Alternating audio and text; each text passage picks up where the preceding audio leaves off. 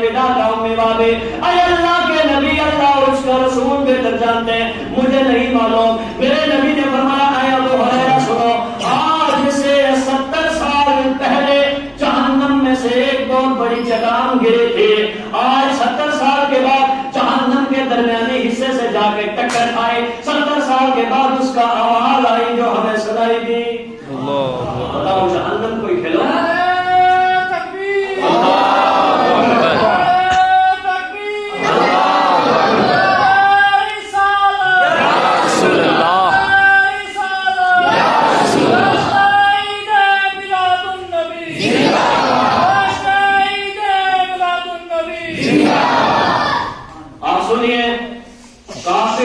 میرے رب کی بارگاہ میں عرض کریں گے مولا ہمارے 4 سوالوں کا جواب دے دے۔ اللہ 4 کا جواب دے گا، جب 5ویں سوال کا جواب دے گا پھر رب ان سے کلام نہیں کرے گا۔ مسلمانوں اپنا مسلمان ہونے پہ فخر کرو، اللہ نے ہمارے لیے آخرت میں رکھا۔ ارے تم رب کے کون کون سی نعمتوں کو جھٹلاؤ گے؟ بولو اللہ کی کون کون سی نعمتوں کو جھٹلاؤ گے؟ تو سنیے، جب کافر اللہ کی بارگاہ میں عرض کریں گے اے میرے مولا ہمارے پہلے سوال کا جواب، کہا بولو کیا سوال ہے تمہارا؟ کہا مولا تم نے ہمیں 2 مرتبہ زندہ کیا، 2 مرتبہ مارا، اب بتا کہ اس جہنم سے، اس جہنم کی آگ سے کوئی بچنے کا طریقہ ہے؟ اس جہنم سے کوئی بچنے کا طریقہ ہے؟ امام غزالی فرماتے ہیں کہ کافر کی ایک دوڑ احد پہاڑ کے برابر ہوگی، ایک دار اور پہاڑ کے برابر ہوگی۔ آپ فرماتے ہیں یہ جو جسم کی چمڑی ہے، یہ چمڑی اتنی موٹی ہوگی کہ 3 دن کا سفر کر کے جتنا آپ جاؤ گے اتنی موٹی چمڑی ہوگی، اور جب رب چلائے گا جہنم میں تو ایک دن میں امام غزالی فرماتے ہیں 70,000 مرتبہ چلے گی، پھر رب دوبارہ تیار کر دے گا۔ قرآن میں اللہ فرماتا ہے کلما نضجت جلودہم بدلناہم جلودا غیرہا، کہ اللہ پاک جب ان کو جلائے گا، جب وہ جل کے ختم ہو جائے گی پھر اب دوبارہ اس کو تیار کر دے گا۔ اور آپ فرماتے ہیں کہ کافر کی زبان یہ جو جیب ہے یہ زمین پر لگتی ہوگی، لوگ اس کو اپنے پیروں سے روک رہے ہوں گے، جہنم کی آگ میں جل رہے ہوں گے، اور اللہ کے عذاب سے تپش اتنی ہوگی کہ نیچے والا ہونٹ سینے پہ آ جائے گا، اوپر والا ہونٹ اتنا بڑا ہو جائے گا کہ پورا چہرہ چھپ جائے گا۔ اب ایمانداری سے بتاؤ کہ جب ایک دار احد پہاڑ کے برابر ہوگی تو چہرہ کتنا بڑا ہوگا؟ یہ اللہ نے اتنا بڑا جسم کیوں کیا؟ اس لیے کہ جتنا بڑا جسم ہوگا اتنی بڑی رب سزا دے گا۔ اور خود قرآن میں کہتا ہے ان بطش ربک لشدید، اور تیرے رب کی پکڑ بہت سخت ہے۔ جب کافروں کو اللہ، جب کافر کہیں گے اے میرے رب تو ہمیں معاف کر دے، جہنم کی آگ سے بچا لے، اللہ فرمائے گا اے کافروں تم بتاؤ، تم اب کہتے ہو کہ ہمیں جہنم سے بچا لے، تم نے دنیا میں کیوں نہیں مانا مجھے کہ میں اللہ ایک ہوں؟ سبحان اللہ، میں اللہ ایک ہوں۔ وہ کہیں گے مولا ہم سے غلطی ہو گئی، آج تو رحم کر دے، دوبارہ دنیا میں بھیج دے، دوبارہ دنیا میں ہم پھر تجھے ایک مانیں گے، ہم تیری وحدانیت کا اقرار کریں گے، ہم تیری تعریف کریں گے، ہم تیرا ذکر کریں گے۔ رب کائنات فرمائے گا اے کافروں بتاؤ میں نے تمہارے پاس نبی بھیجے تھے یا نہیں بھیجے تھے؟ اللہ اکبر، یا رسول اللہ، یا رسول اللہ۔ حضرت علامہ مولانا مفتی نثار احمد صاحب تشریف لائے، مولانا عبدالحمید صاحب تشریف لا چکے ہیں، آپ نے میرے بعد ان کو بھی سننا ہے، ذرا مچل کے مسکرا کے بولیے سبحان اللہ۔ آپ جب رب فرمائے گا اے کافروں بتاؤ کیا میں نے دنیا میں تمہارے لیے، تمہاری ہدایت کے لیے نبی نہ بھیجے تھے؟ میں نے کیا آدم کو نہ بھیجا تھا؟ میں نے کیا جناب نوح کو نہ بھیجا؟ میں نے ابراہیم کو نہ بھیجا؟ میں نے اسماعیل کو نہ بھیجا؟ میں نے ایوب کو نہ بھیجا؟ میں نے یعقوب کو نہ بھیجا؟ بلکہ عالم تصور میں اگر میں یوں سوچوں تو یوں سن لو، اے ابو جہل بتاؤ میں نے اپنا نبی بھیجا تھا یا نہیں بھیجا تھا؟ اے ابو لہب بتا میں نے اپنا رسول بھیجا تھا یا نہیں بھیجا تھا؟ اے ابو جہل تو نے اپنی مٹھی میں کنکر لے کے آ گیا تھا میرے محبوب کے پاس، آپ اگر اللہ کے نبی ہو بتاؤ میری مٹھی میں کیا ہے؟ میرے آقا نے فرمایا اے ابو جہل میں بتاؤں تیری مٹھی میں کیا ہے، یا جو تیری مٹھی کے اندر ہے وہ خود بتائے کہ میں کون ہوں۔ ابو جہل حیران ہو گیا، ارے مسئلہ تو آسان تھا مگر یہ اتنا خود ہی مشکل کر دیا، ارے اسے معلوم نہیں تھا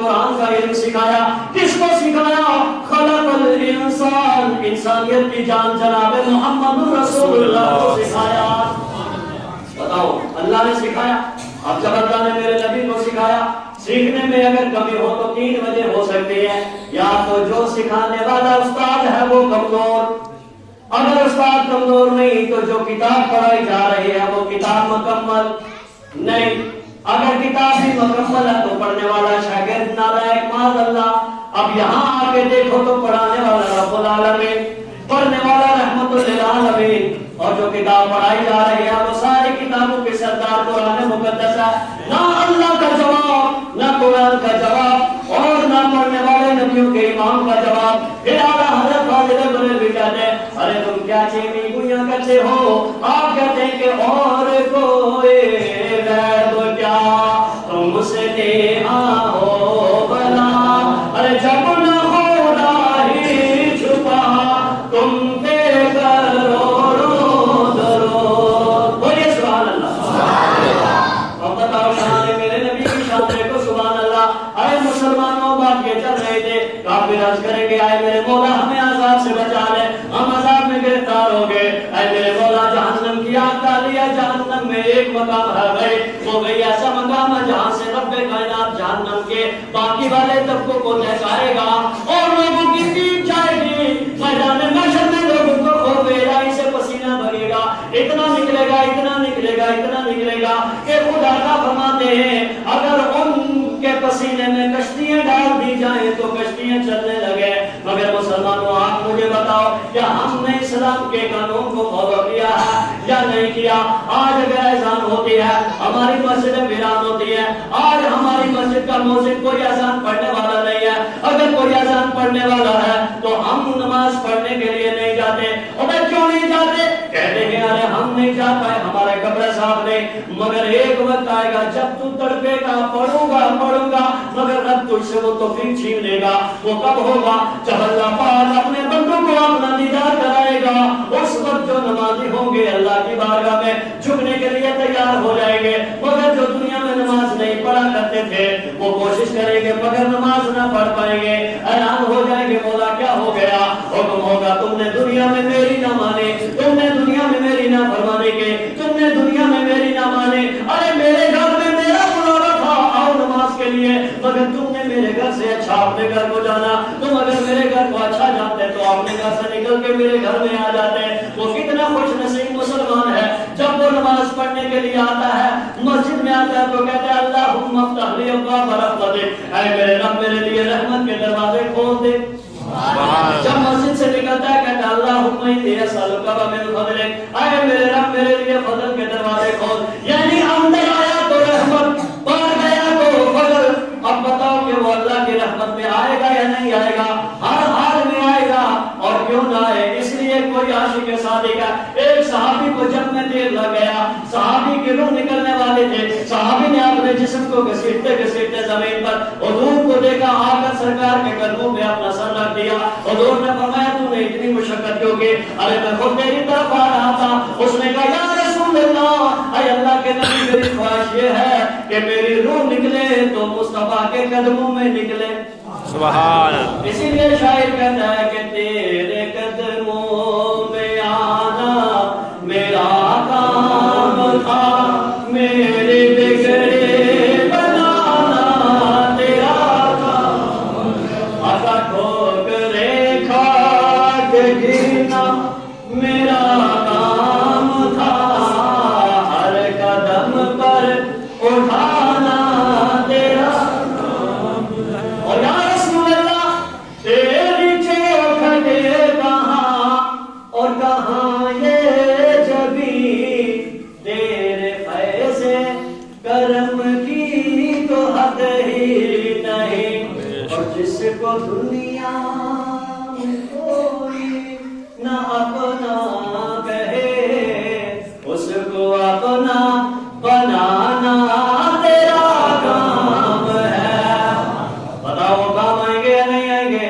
میرے دوستوں اور بزرگوں محبت کر لو، اس لیے کہ کے مرنے کے بعد جب ہم قبر میں جائیں گے، قبر میں جب لے کے جائیں گے، اس وقت ہمارا باپ کتنی محبت کر لے، دور میں ہمارے لیے پیسہ کمائے مزدوری کر لے، مگر قبرستان تک جائے گا، اندر جانے کو تیار نہ ہوگا، ماں گھر میں روئے گی، اندر جانے کو تیار نہ ہوگا، چاچا خالو جو رشتہ دار آئیں گے مٹی ڈالیں گے، منہا خلقناکم وفیہا نعیدکم ومنہا نخرجکم تارۃ اخری، ڈال کر واپس آ جائیں گے، مگر میرے نبی نے فرمایا میرے غلام کو تم نے قبر میں رکھا تو اتنی دیر ضرور ٹھہرو جتنی دیر میں ایک اونٹ ذبح کر کے گوشت تقسیم کیا جاتا ہے، اس لیے کہ میرا غلام اپنے گھر والوں کو چھوڑ کے جا رہا ہے، اپنے ماں باپ کو چھوڑ کے جا رہا ہے، اپنے رشتہ داروں کو چھوڑ کے جا رہا ہے، قبر کے بعد تم اتنی دیر ٹھہرو جتنی دیر سے اونٹ کو ذبح کیا جاتا ہے، اس کا گوشت تقسیم کیا جاتا ہے، تاکہ اس کو قبر میں آرام مل جائے، اور اسی لیے اہل سنت نے کہا ہے ہر مشکل کے لیے اذان ہے،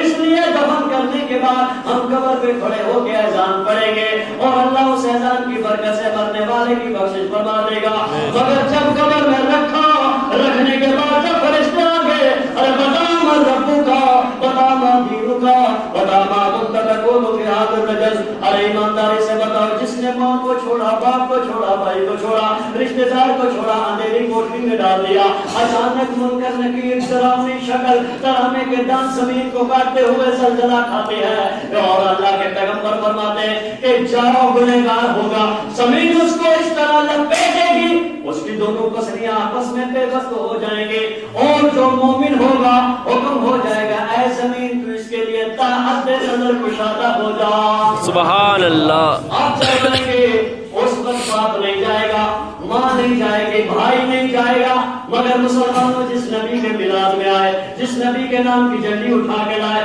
جس نبی کے میلاد کے جلوس میں تم نے نعرے لگائے، نعتیں پڑھی، اللہ کے رسول کا ذکر کیا، قسم خدا کی جہاں باپ کام نہ آیا، یہی باپ اگر دنیا میں کوئی تھپڑ مارے لڑنے کو تیار ہو جاتا تھا، کوئی گالی بکے لڑنے کو تیار ہو جاتا تھا، اگر ہم بھوکے ہیں باپ کھانا نہیں کھاتا، اگر ہم بھوکے ہیں ماں کھانا نہیں کھاتے، مگر جب قبر میں گئے یا بھی سرنڈر ہو گئے ہم جائیں گے نہیں، مگر مسلمانوں بتاؤ ذرا ایمانداری سے اللہ نے وہ نبی کس قدر ہم سے محبت کرنے والا پیدا کیا، میرے آقا فرماتے ہیں جب سوال ہوگا ادھر سوال ہوگا ادھر میرے نبی کا قبر میں دیدار ہو جائے گا، سبحان اللہ، اس لیے عاشق پیارے حبیب خدا کا نظارہ کرو میں، حبیب خدا کا نظارہ کرو میں، ہر دل و جان خود